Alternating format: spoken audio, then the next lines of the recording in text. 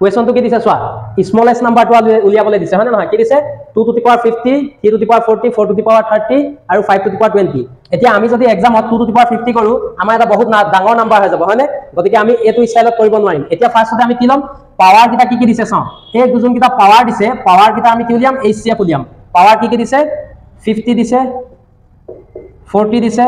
30 দিছে আৰু 20 দিছে এই নাম্বাৰ কিটা যদি আমি HCF উলিয়াও তেতিয়া হলে এহেতৰ HCF কিমান হৈ যায় 10 হৈ যায় মানে এতিয়া এই 10 টো আমি এই পাৱাৰটো যদি ডিভাইড কৰো তেনে 20 কেবাৰ যাব দুবাৰ গল 30 কেবাৰ গল তিনিবাৰ গল 40 কেবাৰ গল চাৰিবাৰ গল আৰু 50 কেবাৰ গল পাঁচবাৰ গল এতিয়া আমি কি কৰিব পাৰিম 2 to the power 5 কৰিব পাৰিম 2 to the power যদি আমি 5 কৰি দিও তেতিয়া তাৰ ভ্যালুটো কিমান হৈ যায় 32 3 to the power 4 কৰি দিলে আমাৰ ভ্যালুটো কিমান হৈ যায় 81 4 to the power 3 কৰি দিলে তাৰ ভ্যালুটো কিমান হৈ যায় 64 আৰু 5 to the power 2 কৰি দিলে তাৰ ভ্যালুটো কিমান হৈ যায় 25 এতিয়া আমি কোনটো নাম্বাৰ একেবাৰে স্মলেষ্ট নাম্বাৰ পালো স্মলেষ্ট নাম্বাৰ পালো আমি 25